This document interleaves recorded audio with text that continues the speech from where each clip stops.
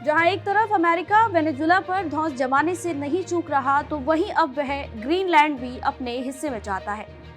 Donald Trump जिद पर अड़ गए हैं कि उन्हें ग्रीनलैंड चाहिए ही चाहिए। वहीं जब डोनाल्ड ट्रंप सत्ता में आए थे तब भी यह विवाद उठा था, क्योंकि उन्होंने ग्रीनलैंड और पनामा नहर पर कब्जे को लेकर बात की थी। चलिए जानते हैं कि आखिर अमेरिका वेनेजुला के बाद अब ग्रीनलैंड पर अपना हक क्यों जमा रहा है। नमस्कार, आप देख रहे हैं पॉलिटिकल पंचायत का खास शो दुनिया की पंचायत। मैं हूं आपके साथ श्वेता चौहान। हाल ही में डोनाल्ड ट्रंप ने विशाल आर्कटिक द्वीप ग्रीनलैंड में एक विशेष दूत नियुक्त करने के बाद डेनमार्क के साथ एक नया विवाद खड़ा कर दिया है। ट्रंप ने कहा कि वह अब इस विशाल आर्कटिक द्वीप पर कब्जा करना चाहते हैं। लुइसियाना के Republican governor Jeff Landry Greenland में विशेष दूत के रूप में नियुक्त किए गए हैं। इस नियुक्ति के बारे में ट्रंप ने कहा कि अमेरिका को राष्ट्रीय सुरक्षा के लिए ग्रीनलैंड की आवश्यकता है और हमें इसे प्राप्त करना ही होगा। वे आगे कहते हैं कि अगर आप ग्रीनलैंड पर नजर डालें तो आप तट के ऊपर और नीचे देखेंगे कि हर जगह रूसी और चीनी जहाज है। यहाँ ये बात ध्यान देने वाली है कि जनवरी से जब से डोनाल्ड ट्रंप सत्ता में आए हैं तब से ही उन्होंने ग्रीनलैंड के स्ट्रेटेजिक लोकेशन होने और उसे खनिज संपदा होने का हवाला देते हुए उस पर कब्जा करने की बात कही है।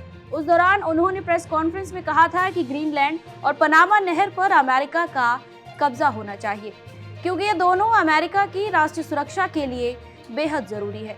उन्होंने यह भी कहा था कि राष्ट्रीय सुरक्षा और दुनिया में कहीं भी जाने की आज़ादी के लिए अमेरिका महसूस करता है कि ग्रीनलैंड पर नियंत्रण बेहद जरूरी है। इस बयान के बाद ग्रीनलैंड की ओर से भी बयान आया था। ग्रीनलैंड के प्रधानमंत्री न्यूट ईगा ने उस वक्त कहा था कि हम बिकाऊ नहीं हैं और हम कभी भी बिकाऊ नहीं होंगे।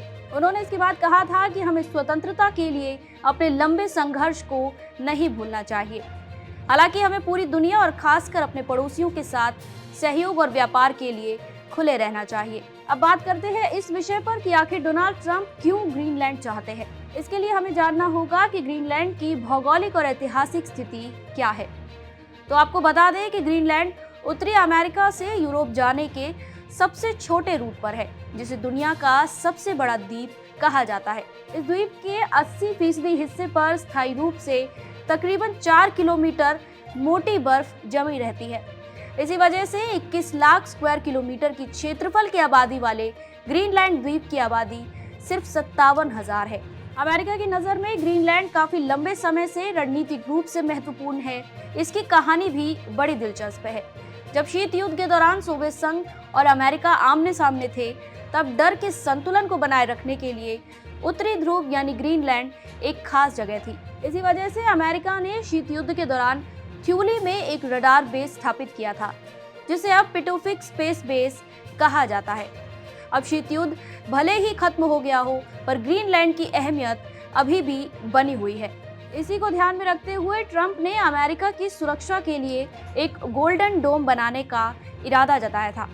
यह इजराइल के उस आयरन डोम की तरह हो सकता है जो उसे मिसाइल हमलों से बचाने की कोशिश करता है, और ग्रीनलैंड इस दिशा में एक मजबूत अग्रिम सैन्य अड्डे के तौर पर रक्षा और आक्रमण दोनों के लिए बेहद कारगर हो सकता है। ग्रीनलैंड इसलिए भी अमेरिका के लिए खास हो जाता है क्योंकि यहाँ दुनिया के कई दुर्लभ खनिजों के बड़े भंडार मौजूद हैं, जो बैटरी और हाईटेक डिवाइस बनाने में इस्तेमाल होते हैं। इसके अलावा जैसा कि हम बता चुके हैं कि ट्रंप मानते हैं कि सभी जगह मौजूद रूसी और चीनी जहाज़ों की निगरानी के लिए यह द्वीप बेहद जरूरी है।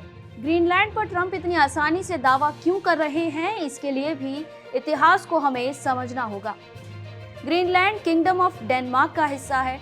वैसे तो इसके पास कई तरह की स्वायत्तता है, पर अर्थव्यवस्था को चलाने के लिए यह डेनमार्क की सब्सिडी पर निर्भर है। ऐसा इसलिए क्योंकि ग्रीनलैंड पहले डेनमार्क का उपनिवेश था और 1953 में यह उसका औपचारिक क्षेत्र बन गया, और तब से ही यह डेनमार्क के संविधान के अधीन है।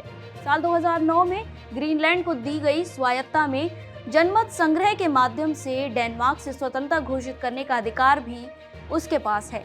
यानी 2009 के कानून के तहत ग्रीनलैंड की संसद एक प्राविधान लागू कर सकती है, जिसके तहत डेनमार्क और ग्रीनलैंड पूर्ण स्वतंत्रता के बारे में बातचीत शुरू करेंगे। और यहाँ शर्त ये होगी कि ग्रीनलैंड के लोगों को जनमत संग्रह में स्वतंत्रता का समर्थन करना होगा, और डेनमार्क और ग्रीनलैंड के बीच स्वतंत्रता समझौते के लिए डेनिश संसद की सहमति भी आवश्यक होगी। इसी संबंध में किए गए सर्वे भी सामने आए, जिनमें कहा गया कि ग्रीनलैंड के ज्यादातर नागरिक स्वतंत्रता के पक्ष में हैं, लेकिन बहुत से लोग इसके लिए किसी भी तरह की जल्दबाजी नहीं चाहते हैं, क्योंकि उनको लगता है कि यदि वे डेनमार्क से तुरंत आज़ादी मांगते हैं तो स्थिति खराब हो सकती है और ग्रीनलैंड सीधे अमेरिका के निशाने पर आ सकता है। यहाँ यह भी जान लेना जरूरी हो जाता है कि उपनिवेश शासन के दौरान ग्रीनलैंड के निवासियों के साथ दुर्व्यवहार के चलते डेनमार्क के साथ उसके संबंधों में भी तनाव आया था।